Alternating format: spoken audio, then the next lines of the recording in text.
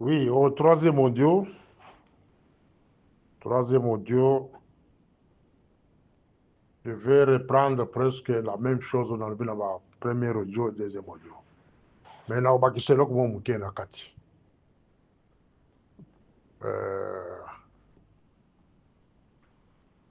Pourquoi la télémile makambo ya sécurité en Mboka? La télémile makambo ya sécurité en Mboka, c'est parce que il y a une des bases ya makambo to ko vivre là. Ce qui est là au Mboka, ils ont quitté la bapaya. C'est parce que l'ennemi avait déjà compris que non, pour mieux confisquer bateau Mboka, il faut tout fragiliser service de sécurité. Tout fragiliser défense en Mboka. Tout fragiliser migration en Mboka. Tout fragiliser police en Mboka. Tout fragiliser administration. Tout fragiliser la diplomatie. Les biloko, la plupart des intellectuels bakotalate. C'est tout bateau. Oh, bazali, accompagner camarades. La vision moko boye, on va la vision na été, accompagner le chef de l'État dans sa vision. Quelle est la vision du chef? Ça, c'est la question que je pose à mes frères de l'IDPS.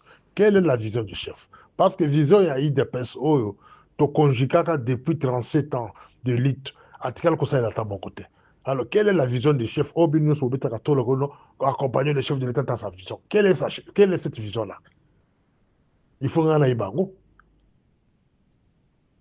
Il faut une vision là. Prenons l'exemple, Moko. Prenons l'exemple, Moko Oyo, et qui sait que non, Makamono sur le baka. C'est avec des preuves à l'appui. Parce qu'il y a des individus mal éduqués, ils vont chercher à me répondre que non, azo kokosa, azo kokosa. Maintenant, azo tout le individu wana. Muntu Oba Bengi Jacques Nkongolo. Il est parmi les chargés des missions des camarades. Je l'ai connu dans l'Éthiopie. Il est resté pendant 12 ans en Éthiopie. Sa mère est parmi les ministres au Rwanda. Mais lui est à la présidence de la République comme chargé des missions. Il y a camarade Félix, président de la République. Allez vérifier, hein? Allez vérifier. Bon, par exemple, un modèle, on a bien bataillé des personnes, on va dire que vous avez un téléphone, il va nous répondre. Et c'est pour ça que la paix va répondre, tout le monde a un morning star. La paix, c'est un exemple, quand moi, la paix, c'est exemple, moi, Jacques Nkongolo. Il a le nom de Balouba, mais sa mère est au Rwanda, parmi les ministres. Il est resté en Éthiopie pendant 12 ans. Et posez-vous la question comment Morning Star a quoi il. Cela veut dire que on se fait ça dans le affiché là-bas. On va afficher là-bas. Là-bas, il y a nommé Mikolo. Moi, là, on va afficher là-bas. Il y a un sengi na yeke non, chers camarades, ceux qui ont procédé dans l'organisation, il y a état général de renseignement. Au bout conseil de l'ango. Au cas ici que non, ceux qui ont nommé Batoasika, la poste, des guerres aussi là, vous vous trompez. Ngai la télémilio kaka makamwa état général des renseignements. Ceux qui Roubero,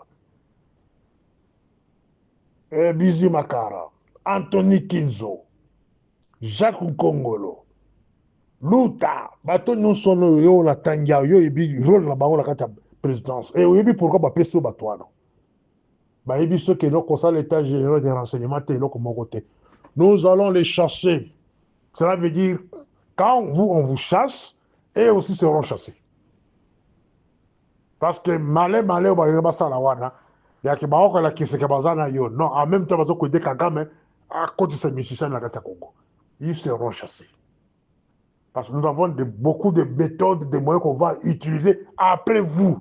Parce que moi, maintenant, je me prépare après vous. Ni ton conseil après Félix. C'est ça, ils sont dit de parler même aux combattants de l'ITPS. Commençons à se préparer après Félix. Qu'est-ce qu'on peut faire? Là, on va remplacer. Tout celui-là qui remplacera Félix, sans l'harmonie avec le peuple, donc la même lutte va continuer. Même si vous arrivez à tuer parmi nous, mais votre mususu va continuer d'ango. Parce que et là on a consommé les mitu na bango kotika na libéra. Jacques Nkongolo, chargé de mission. Résident en Éthiopie, dans camp de réfugiés pendant 12 ans. Il y a quand c'est la koyeba ite. Dans la sécurité oyo, sécurité oyo ya bato ba vendre ba bar la ti ba fumée noire, ba zo lobo to za bato en sécurité. So tayi ko ba Félix Ndenga mabe ya mwasi na Ndenga mabe ale ba kangi non. Nga ça la sécurité bogote. J'ai eu l'occasion d'être formé dans ma bisika nyonso na kota, na ba pays sur la vanda. Nazo possibilité ya kosala pratique na ba pays mususu. Nayebaka pays na pays esalaka service na yango ndenge nini. Comment la sécurité de ce pays-là est composée, méthode de Baoué Zadine. Ce monsieur-là qui est chargé de mission, là, Azaki n'a qu'un de réfugiés dans l'Éthiopie. Vous pouvez vérifier. Maman n'a pas dans Rwanda. Parmi les ministres.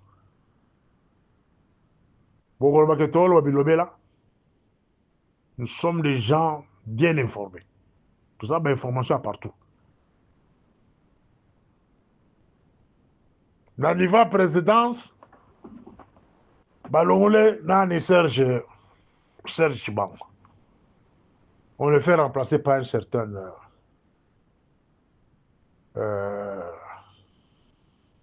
Sumbu. Sita Sumbu. Sita, c'est le nom du Bas-Congo. Sumbu, c'est le nom du Kassai. Kassai Bandon. Alors, mais quand nous suivons de près, comme je sais que non, il est de Sud Kivu, il est de Walungu. Bon, quelqu'un de Walungu, comment il peut avoir le nom du Bas-Congo et du Kassai et Bandon? Mais il est de Walungu. Automatiquement, il faut pas douter. Il faut pas douter. Dès que tu as permis la Félix Mangwan, tu as demandé loin déjà des personnes. On a tout Sikawa, Jacques Nkongolo, chargé de mission d'Aïe. Un inconnu, tu ne pas ça, ou t'as mais Aza chargé de mission d'Aïe. Moutoye de personnes, mon côté, permis la Félix, ou Aza chargé de mission. Mais tout le bâti. Hein? Bino Banyangala, tu vas voir dans le groupe pour me répondre à mon insar.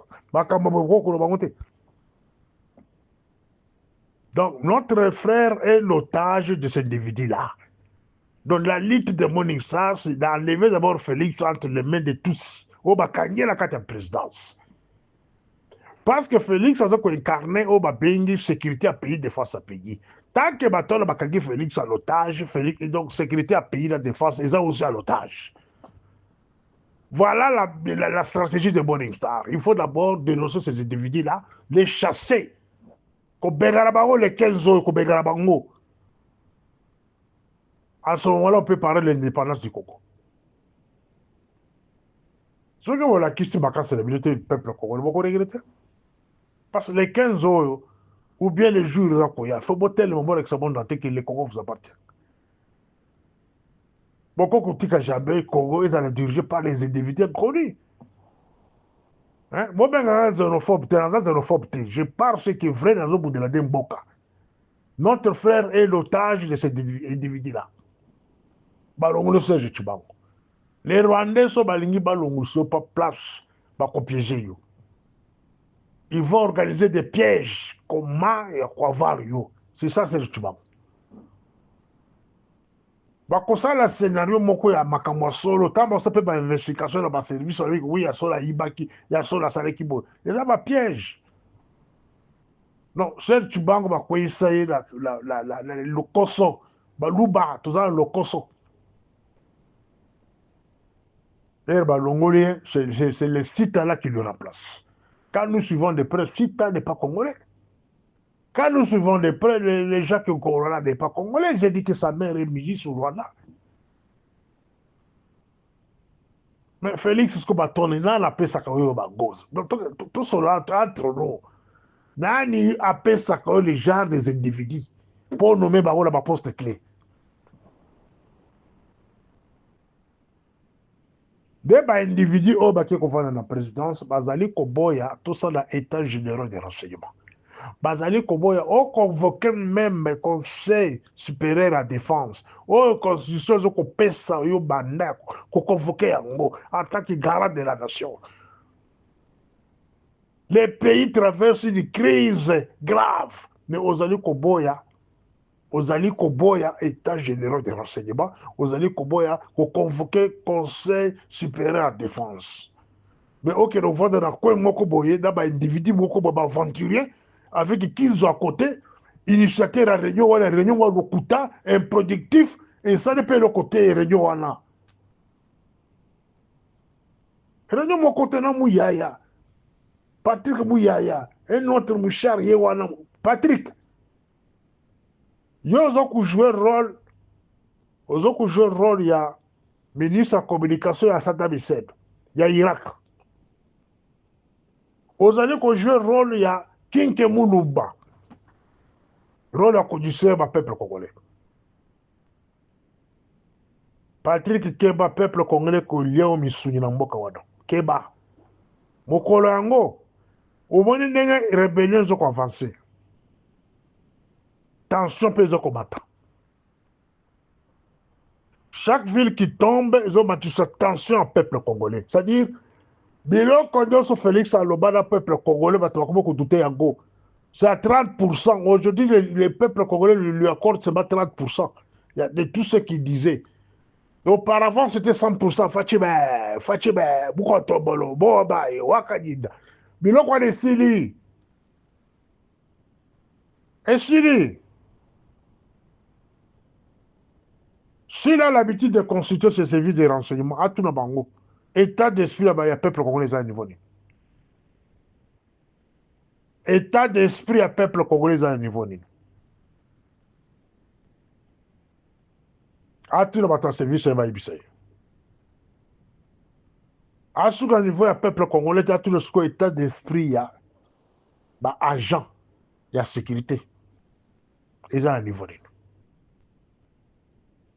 Après ce rapport en avant dimanche, état d'esprit à population, dans état d'esprit il y a agent de renseignement et sécurité. Après ce état d'esprit à soda. Voilà des défis à lancer dans la service de sécurité. Et là, on peut que ça bouille à tika biloba loba. Na lukuta. Vous organisez une réunion restreinte entre copains, ou les qui ont télévision pour vous faire endormir. Et puis, le toujours comprendre que nous, Anthony Kinzo prépare de mise en place. Il y a qu'on nommer l'armée, police, ADR, partout. Sans que tous les canaux, état général de renseignement, sans que le conseil de défense, supérieur de défense, ils allaient convoquer tout ça, l'État. Des liens, il y a beaucoup de niveau nini. Donc, vous voulez procéder dans la nomination bidon, vous nommez Rwandais dans ma poste clé. Avec les deux Kassaïens. On va vous chasser. Vous serez chassés. Dans la personne de Rabakomo, il y a bateau qui signe prétence. Donc, les chargés de mission des chefs de l'État, la plupart sont des Rwandais. Sont des gens, balati bakoma baluba, bakoma bakongolais, banini, sont des Rwandais. Et la question de savoir, nani appelle Sake Batouana, qui nomme ces gens-là et qui influence les nominations Batouana. Voilà des questions qu'il faut se poser. Des questions faut mitou là, la groupe faut mitou là. Donc pour le camarade Félix, tout semble bien. Il est bien. L'homme a voyagé. L'homme a fait Le hormone lobby à matanga, pour la yeba comme nous c'est bien. Toutes ces histoires-là sont des Rwandais là. Par contre, on va préparer un monsieur président inutile. Bota la baki comme les discours à 4 heures du temps. Tout ça c'est pour mon président moko inutile, président moko moi et bilo mon côté, à le bilo comme toi là. Hein, mes chers amis. Les a passés. Donc, Ramokuse, camarade, est l'otage des Rwandais. Les gens comme Okobombate. Hazard l'otage des Rwandais. Il est là, incapable, il y a Kolongola Batu, il y a RCD au Kabila Tika. Mais Bozo Kolobaka Kobundisa Kabila ou Kabila pouvoir. Hazard, est-ce que Hazard la paix, il y a conseil là. Tango fort au Kabila Tika, à Tika Kolongola été. Un président Moubimazo, dans la garde du corps à Kabila Tirelo. Et bien, on a des personnes qui ont été oh non, non, ça a mboka et ça a fonctionné à l'état. Bien, on a qui Trump ou bien Macron, on a la garde du corps, il y a François Mitterrand. Ou bien il y a François Hollande. Bon, ce sont des signes qui c'est qu'il est l'otage, il y a tous. Les gardes du corps de Kabila, Chelsea Manaye avec une mission. Avancement, il y a des rebelles par-ci, par-là, il y a des gens qui sont batona baza nsima na yo basi bayebi ye soki osakani tokoboma yo. Donc sauvez votre frère bolongola na kati ya maboko ya bato wana. Les 15 oyo soki peuple ekobima bengana bato wana chassele parce baoni bakangi en otage batie mbeli na gorge bagarde du corps ya Kabila kala wana eza mbeli batie na gorge. C'est dans le cadre des accords. Et il a signé l'accord qui a eu pouvoir, il garde du corps à Kabila batie semana ye. De anytime bakoyebisa non on vous tue. Bakoboma yo. Mutu mobimba la muka na tonka bazui kaka un ancien rebelle ya Kagame a chef d'état-major adjoint ya opération de renseignement boso monango. Hein? Donc là-bas jeune militaire officier oh ba formé par attends moi ta cause la chef d'état-major adjoint ya opération et ba cause étiquette bon ya général Mbanze ba cheli boso un katange et loko mon côté a commanda que loko monta ça loko monta ko sur Jacques Dourou. Hein? Boni misanga. Moi, quand je passe dans les réseaux sociaux, c'est persécuté. Je choqué, mais ce sont les vérités. Ce qu'on va dire, c'est que à un moment où vandi kaka, kolango te, mais vanda bien mal kolango. On comprend l'essentiel. L'essentiel, c'est quoi? Nous devons sauver les Congos. En sauvant les Congos, pour arriver à sauver les Congos, il faut d'abord kolongola. Muto à Congo, na maboko ya banguna.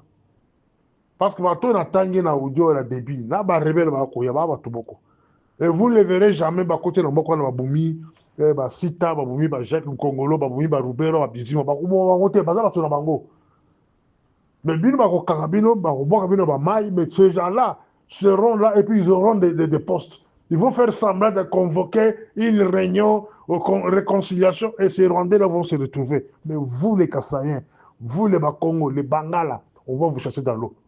Voilà, Morning Star. Oui, j'ai parlé au premier audio que ceux qui camarades à Zongile Baïdi Nanga Yakala, on a proposé tout Kendina, État général des renseignements, la Mikolo et Tikali, on va les chasser du pouvoir. On peut me parier. Ceux qui payent à s'entêter, à changer Batou, au lieu de renforcer les équipes, mais à changer Batou là-bas, niveau nyonso, ils ont la défense, ils ont la sécurité, ils ont la wapi. Brusquement, à créer une frustration, et puis les gens là, au Bakobima, là-bas, service soit là, la défense par-ci par-là, automatiquement, Bakozalaba, collaborateur, il y a ennemi. Parce que Bazalina, position sur le service, Bazalina, position sur la défense, tout, Bazalina moto. Ça, c'est une façon où on a comme on a macambo. Dans Gonga Oyo, il faudrait qu'on convoque Conseil supérieur à la défense et puis qu'organiser État général des renseignements, même pour 1 ou 2 semaines, sa situation au pays de qu'est-ce que nous devons faire? À partir, il y a Conseil et État général des renseignements, Ce qui te tenir yango nde sikoyo akotala konome banane ba poste nini sur base ba résolution o bakoyila yi. Mais soki avandi na batopeka bongo, ba Jean-Claude Bokassa, ba Bisele Lebifort, ba Anthony Kinzo, wana nde baproche na ye, ba Gizaro, ba Ruberwa, ba Garambe, bato nyonso bazotanga bakombola ba Biziba, so bavandi quelque part bakobeta bon moko, bazokopesa conseil, sala boye, le chef d'état-major wana, sala boye, sala boye. Azali komikosa. Naloba na ba audio nanga plusieurs fois, ata soki kozwa ba ange lola. Oyo ko nommer ba on se awa na ba poste ki ba kote la kosala loko moko te. Sans état généraux de renseignement, au kosala loko moko te. Et puis dans le bel la première audio makambo dialogue, la plupart ya bato na ba sur na bango, même à distance, ils ne sont plus intéressés. Ils ne sont plus intéressés. La plupart des gens commencent à voir comment bakoki ko approcher les rebelles. Nazaleki d'abord, hein, ça je vous informe, ba approcher Kingai. Ba approcher Kingai pour la kokota rébellion. Quand la bombe a raté, hein, j'ai été contacté dans la rébellion. La Kagina dans la parenthèse. Bon, on y a adhésion, il y a SAF. Il ne faut pas minimiser adhésion. Bon, ça, attention. C'est par stratégie, bah, quand ici, on dans la rébellion. Il y a mon côté. Et belé, bah, kolandaye. Et belé, bah, kolandaye. Et camarade, azo kotala. Bisu to koloba. On a bisu apizengi. Totendre main mbala na mbala to bongisa bo to sala bo biso tokende na ye kaka na principe papa bongisa service associé biso na service to peso mayele tozali nango to bongisa mboka. Non, nous sommes repoussés par les idiots oyo bazobona biso eloko toza baennemi ya Congo. Mais kala te, vous allez regretter. Maloba na ngai boko regretter ngo nazo komondiri bino te, mais boko regretter ngo za kata exil. Boko regretter ngo baso bakalemino na mboka wana. Parce que boye bakama yo se préparer na mboka wana te. Peut-être ndanga okoma na Lubumbashi te. Vous serez servi dans la ville de Kinshasa. Peut-être ndanga okoma na ville de Mbujima était na Kananga te. On peut vous y prendre dans la ville de Kinshasa. Autrement, bazubino. La marche que vous avez organisée, marche où elle se démoque organisée dans Bokaona. Il y a les 15. Vous évitez la marche là. Au soutien à FARDC, soutien au chef de l'État. Est-ce que le chef de l'État c'est une marche? Ou bien vous allez les organiser? Faut ça l'attention. Et là, on a reçu un peuple congolais, surtout les Kinois. Bon, mitigate. Parce que les Rwandais ont basé en cabinet à Félix. Bazali na mawana bino tabukete. Bango ne ba faciliter rébellion oyo et avancer et comme un niveau oyo. Maintenant, la fois passée dans Ibisa bino na kaka na ba audio na ngaki non. Boze la teke non nanga tambola ti akome na Kinshasa. Awa no pesi bino mitindo. Bo bando kuluka misale pa na ye. Soki boza ba soldat ba cantonné bino quelque part, so boza ba agent de service de sécurité, ba zubino nyonso ba bino quelque part, o ba pesi bino idéologie ce qui est Rwanda. Non. Boze la ngonga wana ti. Vous devez créer quelque chose de dynamique, quelque chose de makasi, oyo ko permettre que nanga soki azakoya bosala na ye face à face. Lokola biso boye. Ils m'ont demandé qu'il y ait des rébellions. Nga na kote rébellion te. Na kote rébellion te.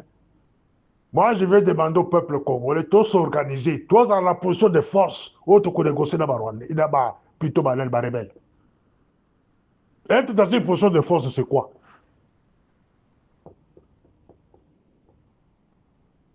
Et là, comme ça, là, le 28 janvier, il y a un Wekaka. C'est ça, être dans une position de force. Intermouvement soutenu par le gouvernement, c'est ça, être dans une position de force. Donc, vous utilisez le peuple derrière vous contre une force extérieure. Mais, camarade moko aleka na télévision alobi nini oyo akomeka lisusu kobima libanda, il sera arrêté pour une prison à vie. Audio ezali, il avait fait audio moko à 50 minutes. Ergo mekwei bato babima batuma basata Rwanda et consort. Tous oyo baza na kati ya cabinet na ye basome ye bamenace ye loba boyo abimi amenasa biso ke oyo akomeka lisusu akomona ere Bukavu ekweya bomona bato bimi na libanda bato babima te ere Uvira ekweya elobi awa bomoni bato bimi libanda babimi te. Pourquoi? Baza kose rappele maloba ya ye mokonzi ya mboka alobi nini soki bomeki lisusu okangama. Comment un pays bapaya bakoti babobote bino mabele peuple etelemi etomboki président de la république aza kotelema azoloba balengi so bomeki lisusu je vais vous faire arrêter. Bomoni ke naza na raison akoloba ke non, c'est lui même qui fragilise le pays, les services de sécurité, les défenses nationales, et puis aza kofragiliser même force dive ya peuple. Marche le 15 nasengi bino nyonso bobima ebele naboyi koloba mingi bobima de partout, mot d'ordre kocircule, mot d'ordre kocircule na bato oyo ngai na koloba ke bobengana bango na mboka wana. Tokopesa mot d'ordre siko te. Bino moko boyebi banani baza source ya malere na bino na mboka wana. Boyebi sortez en masse, particulièrement les militaires de l'UDPS. Militaires de l'UDPS, toyokana no bien. Congrès ilingaki banda le 10, le toza le 13. Wapi congrès ya UDPS? Congrès ya UDPS ezali wapi? Kabuya.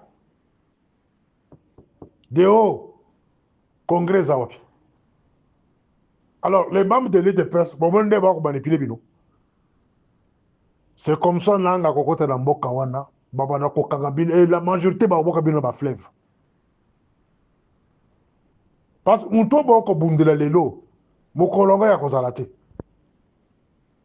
Tetitesse wana nde bakokanga bino, bakokata bino mituko boka bino na fleuve. Et puis États-Unis akoloba eloko moko te. Union européenne akoloba eloko moko te. Union africaine akoloba eloko moko te. SADC ezala na bakoloba te. On va vous tuer comme des chiens, comme des chats. Koboka bino na bamai. Pona nini kibubumbafu na bino. Ngonga yango ebotelema bo former dynamique. Ya bino moko. Commencez maintenant à raisonner. Après Félix, ça sera quoi? Parce que ma conseil juste qu'on peut sur les réseaux sociaux, azo koyo karouti. Mususu tokomaka, atanga karouti. Maintenant, sors la bine kozalanini, je reprends encore, sors la bine kozalanini. La personne bino deux possibilités la fois passée. Soit vous vous arrangez comme un seul homme, vous imposez pas camarade à la kisabino mutunini ou à conduire bino vers ma rebelle ou anaboyo karabango. Mais tant que vous les refusez, il faut attendre. Les 15 ans, marchez. Mobilisez-vous. Voilà qui se monde entier que le Congo vous appartient. Voilà qui se monde entier que le Congo vous appartient. Bat on nyon sous ba falsité kakame. pour là comme là où il est aujourd'hui, va vendre dans la ville, il chasse. Il faut les chasser. Oh, non, c'est que oh, yo, Afasita Kagame, oh, Azaki la Kagame, Alaka la Kagame. Il fait semblant d'être ici. Il faut le chasser à qui le gouvernement de la Goma. Bon, comme il m'a dit, oh, Soto Saliboye, la communauté internationale, la Koloba. Là, pour ce terme, on a le bagat d'habitude. Oh, bah, tu sais, oh, n'intika kofi, n'intika kopon, terme, on est mérité. Quand ces gens-là tuaient les gens, au continent tuer, la communauté internationale, ils étaient. Bah, comment on a monté? Na bino bato bo benga la bato. Na bino bimao, lungawa, zoga. Esiko uta. Na ngai na bango na naza muto babe. Na la ko pegisa basha les 15. Ceux qui marchent en écosala, c'est une occasion. Ceux qui peuvent pas pegisi yango, wande ba chef suba manani essence na moto. Gouvernement ko pegisa marche en terre. C'est une libération Congo. Marche les 15, c'est la libération du Congo. Vous devez vous mettre debout et mobiliser les gens partout. Ils ont marché aussi dans ma quartier. Tout ça pour ça qu'ils ont oh, toi, boulevard du 30 juin, oh, bon, triomphal. Non. Ils ont marché comme ça, quartier par quartier. Lupango par Lupango. Partout.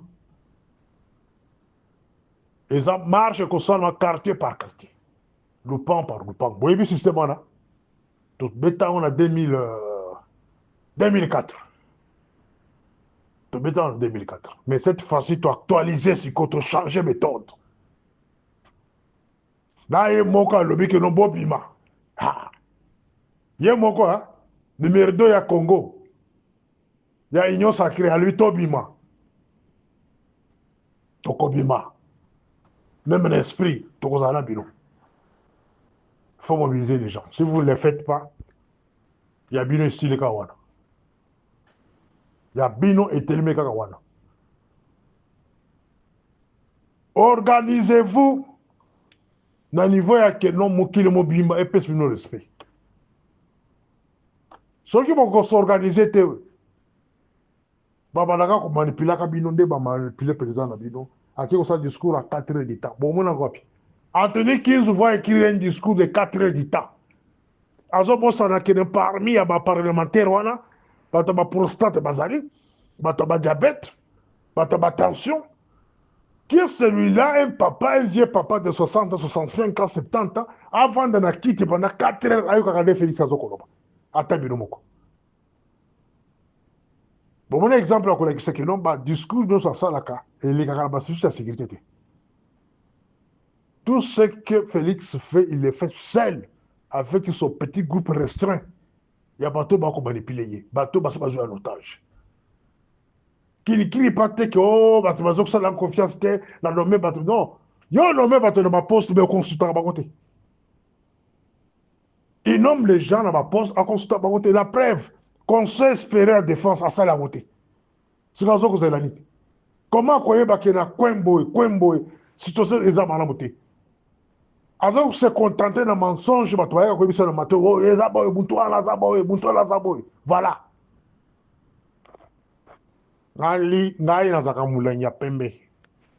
J'ai un franc-parler au foot à si je veux vous parler des choses où ils ont consommé dans le Koloba. Et le pouvoir, ils ont pété, le pouvoir, ils ont la 2019. Te tendre aux mains, te l'obéir, mon cher. Même jusqu'à présent, on a encore pitié. Il y a quoi des pays. Tout ce qu'on peut se bailler, tout ça, l'ango. Ceux qui ont ça, là, état généraux des renseignements, après, l'économie, battre le poste clé, je les reprends encore. Binoma, no manayo, na kika. Oui, l'économie, battre le Qatar parce qu'ils ont vendu le Congo. Oui, l'économie, battre le poste clé,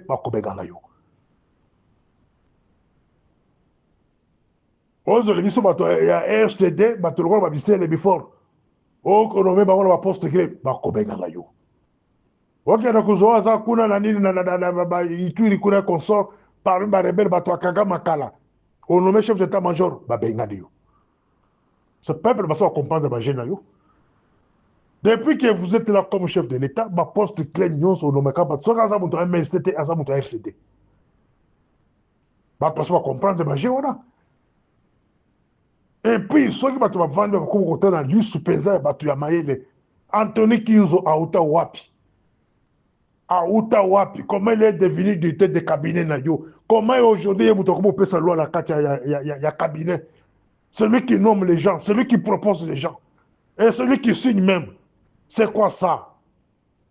Et puis, le bataille des PSV pour vendre, au côté de la Félix Rabilo Kampo. Il faut monter les médaillés quand même. Hein? Mon collègue, beaucoup ça la marche, beaucoup la présidence, beaucoup ça, tout le monde a eu directeur de cabinet, cabinet naïté. Parce que ça, beaucoup la binote. Les lobes rebelles, beaucoup tawana, beaucoup moi. Te, bon la bateau, nous sommes dans Félix, la plupart va aussi dans la rebelle. Caméra ben nous autres pour l'année. Caméra ben nous autres pour l'année. Parce que même si va côté dans mon corps va protéger. Kabouya, pourquoi il n'envoie pas les gens dans la rue? Kabouya, c'est parce qu'il y a une langue, papa, les Chikaboko, Baza Bambanda. Nicolas Zokolokelo, on est dans le Kobe, il s'habille pas, s'habille le sous. Dans la matinée politique, il y a envoûté. Il y a envoûtement. Pourquoi ce côté de bataille de pesa balabala te? Bazali comme mon bateau, Bazali comme mon mabélé. Mais Kabou, il est là, avec un grand parti comme l'idée de pesa. Pourquoi côté de bataille balabala te? Ça sont des questions qu'il faut vous se poser, mes chers amis. Complicité en Wana. Maintenant, si vous avez des sopa batu, ba nommé batu la bango, oh, ba ko faciliter rébellion, et ils ont moka mobimba. Félix, ce qui est là, au sein de Kouada. Ata sobo kimi, na famille na yo, na baninga na yo, vous ne serez jamais pardonné. Ba ko dimbisa kabiloté, même dans ce monde, même dans le monde à venir, ba ko tira ko dimbisa binoté. Partout où vous irez, so bato abonné bino libanda, na ba mol, wapi, vous a toujours traqué. Parce que les Congo entiers, Félix, m'a payé sur confiance. Depuis 2019. Confiance m'a payé, ça c'est parce que le vieux Étienne Tshisekedi, il a lutté pour ce pays. Mais yo moi on a yé, aux gens à pouvoir, mais makamo ko sala. Oyo ki la kabisu le sous-souté, au comment ko la débat rwandais. Les Rwandais sont là dans votre cabinet là, bazawana. Ba se transformer ba mouches, ils ne sont pas des mouches, ils sont des Rwandais. Baronde uzoko que la bakasi baronde ba ko manipuler bande kono mususu bande dans la plupart balingi mbongo bana rokoso ba komisi so place o le lopo na biloko boy ojo na ko sala on a passe pour la clôturer ceux qui ont convoqué état général des renseignements le plus tôt possible mais pour 2 semaines ba ko benga na yo. Parce que l'état général des renseignements doit permettre aux voyez dans le niveau nini au nommé banane. Mais ceux qui ont s'azardé au nommé baninga na yo, n'a pas tout va recommander une belle famille na yo, vous serez chassés. Et les gens qui vont vous chasser, ce ne sont pas des rebelles, ce sont des Congolais. Et quels sont ces Congolais qui vont vous chasser? Ce sont les Congolais de l'île de Pes. Bah on est pas bien là. D'abord, je m'arrête là. Morning Star. Chers camarades, membres du groupe Parlement Debout. Et les amis du groupe suivaient Morning Star. La fois passée, il y a 2 ou 3 jours, dans le bilan qui m'a comme dialogue. Dans le bilan qui m'a comme dialogue, mais je pressens comme si dialogue en haut et que nous perdre le sens. Et la plupart des gens ne sont plus intéressés.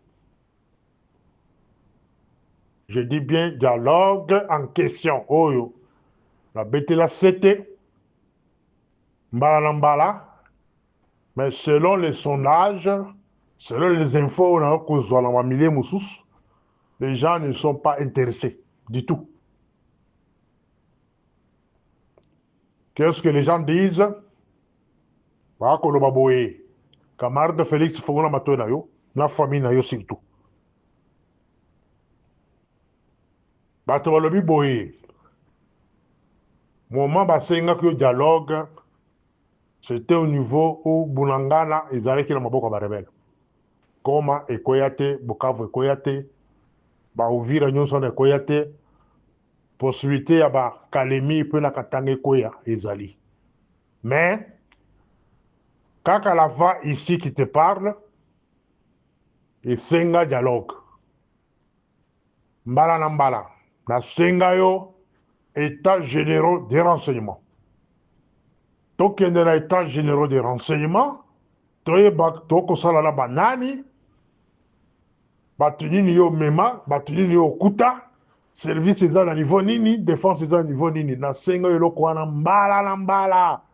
Nzambe na nga likolo témoin, ancêtre na biso ba témoin, les anges témoins et le peuple congolais. Oboya makambo ya état généraux des renseignements. Chers camarades, okoki ko changer ba service nyonso, ba autorité nyonso ba service lelo. Okoki ko changer armée. Mais bako bengano ka na pouvoir. Ça, retenez ça. Sozo kolanda yango comment ngaza fraternité. Na yaka na ba réseaux sociaux pour la se pelisa yo. Na yaka na ba réseaux sociaux pour que na toucher yo. Je ne suis pas de flatteur ba yaka na ba réseaux sociaux mo ko tombolo mo ka nyindemo ba. Non, je ne suis pas un flatteur. Tant que au salissa état généraux des renseignements, même symbolique, on vous chasse du pouvoir. Parce que au yebi état, il y a sécurité en mboka na ote. Au yebi état, il y a défense en mboka na ote. Ba rapport yo so ba ko memela we pa ba flatteur ba yaka pemene na yo ba ko kosa yo. Et au yebi que se prépare la vie de Kinshasa. Ce qu'on a connu, c'est comment Mongona sa côté lion na kati ya famille na yo. Comment Mongona zo ko préparer et là comment quoi grave la kati vie de Kinshasa. Et là quand on va saler ango, c'est ça le départ, ba le départ de précipité. Avant là le kwana na lingina zo sona sima. Et na conseil état généraux des renseignements na yebakitina. Lelo ovire kwei au lieu de convoquer Conseil supérieur à la défense, au palper État, il y a sécurité défense à pays, on se contenter à ça un petit groupe de gens sélectionnés par votre directeur de cabinet, Anthony Kinzo, le maître du jeu, les grands manipulateurs, nous avons manipulé ce que le service de ces aïeux. Avant de sur le coin, la monnaie jamais un président de la République, alors qu'on a tenu une réunion secrète, une réunion restreinte, et puis le directeur de cabinet peut mener. La monnaie a monté. Mon bout de ça l'a monté. Vundo est encore en vie. Hein? Le prof Vundo est encore en vie. Aïla Kisayo Mikoloboni, mon bout de ça la réunion, il y a ça peut mener. Anthony Kinzo, tout le monde sait que c'était un Rwandais. C'était un Rwandais. Anthony Kinzo Bayebi que no muta peso yo ye, c'est Louise Mouchakwabo na Macron, président Macron, président français. Ba utu ba peso mutuana. A uta la francophonie. Mais tout le temps, il est à côté, il est à tes côtés. Makabosala ka permis de juste à côté. Te éviter. Et les Congolais qui sont beaucoup très bons, pourquoi? Dans le moment tous allés. Mboka ezali na bitumba. Ba ville minene eza kokweya. Mais le chef de l'État refuse de convoquer le Conseil supérieur à la défense. Les chefs de l'État refusent d'organiser même à titre symbolique les États généraux des renseignements et de sécurité. Aza koboya. Les mêmes manipulateurs, au Babandanaye, quand Boulangana était encore entre les mains des rebelles, les mêmes manipulateurs, au Bazapebelenaye, des batailleurs, ont la confiance, qui est l'eau. Félix retient ça, Bakobeganayo. Vous serez chassés d'ici là. Bakobeganayo. Pourquoi Bakobeganayo? Vous allez reprendre qu'à toujours les mêmes gens au bas de les mêmes gens que j'ai dénoncés depuis des batailles en Abango.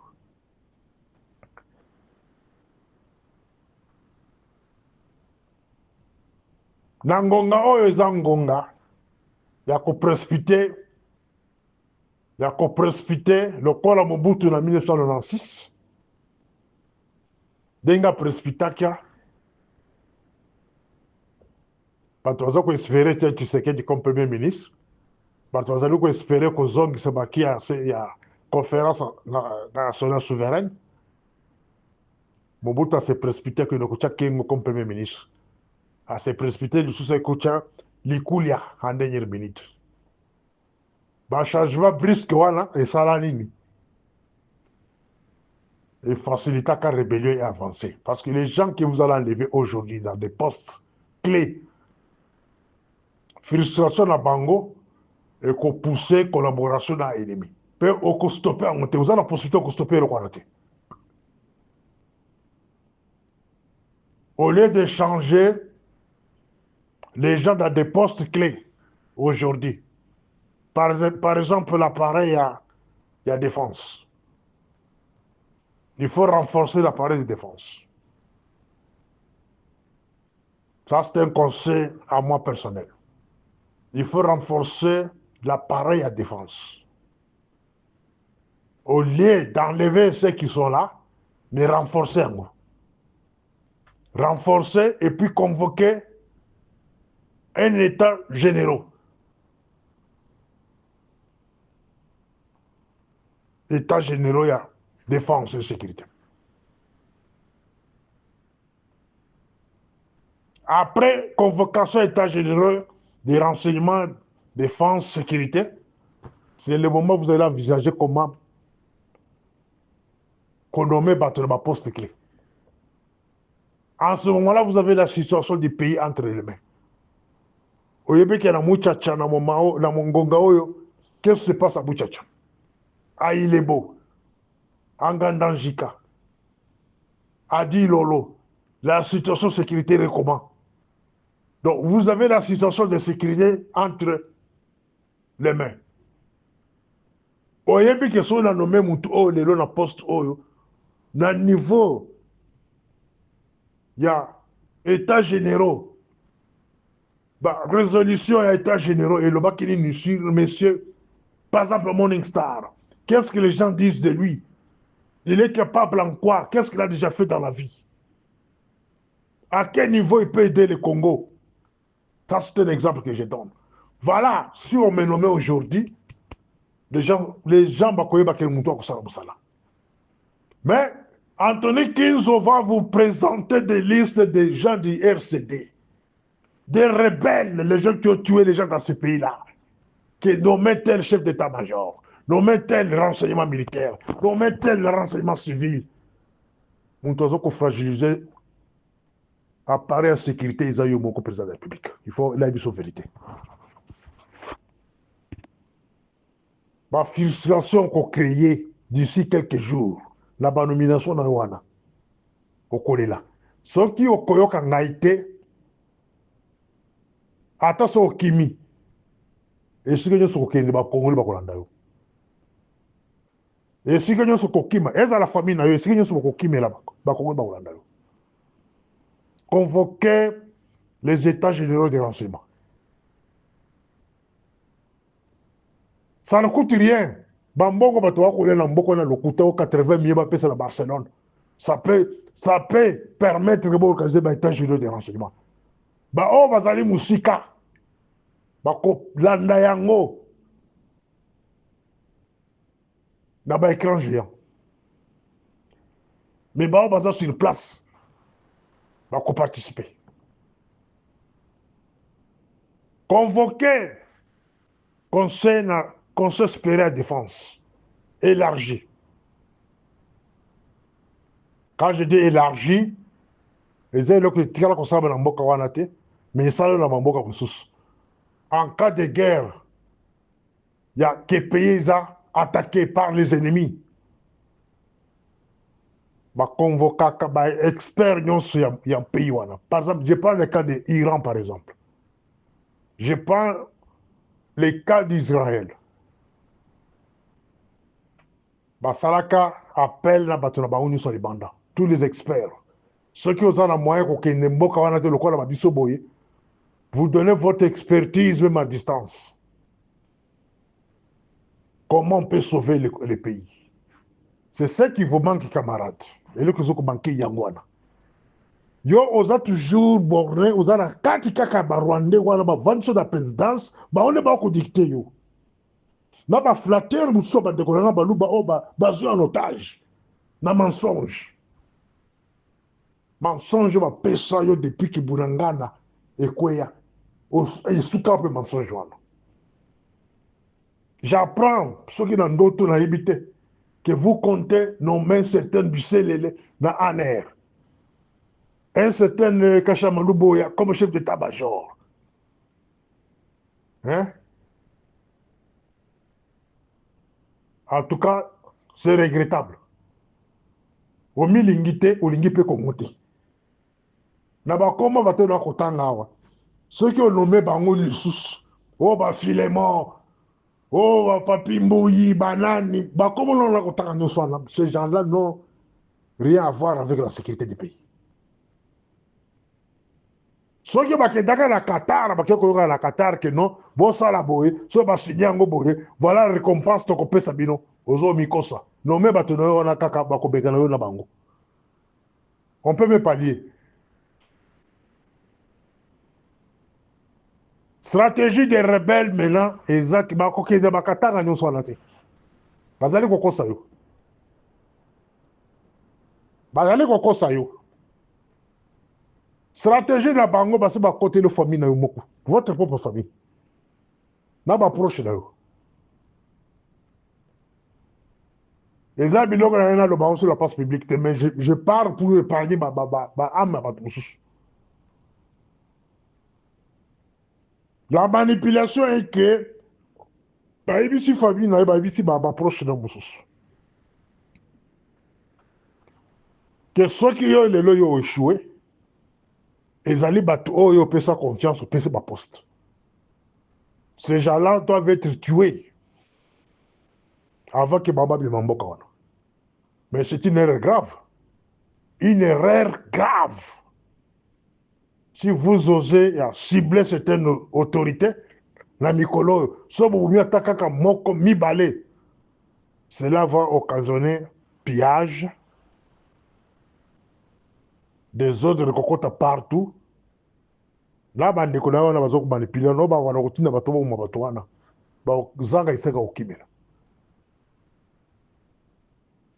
par exemple, d'économie, moi, cousin, moi, de propre. Contact bazui. Na bato bazui contact bisu to yibi bango.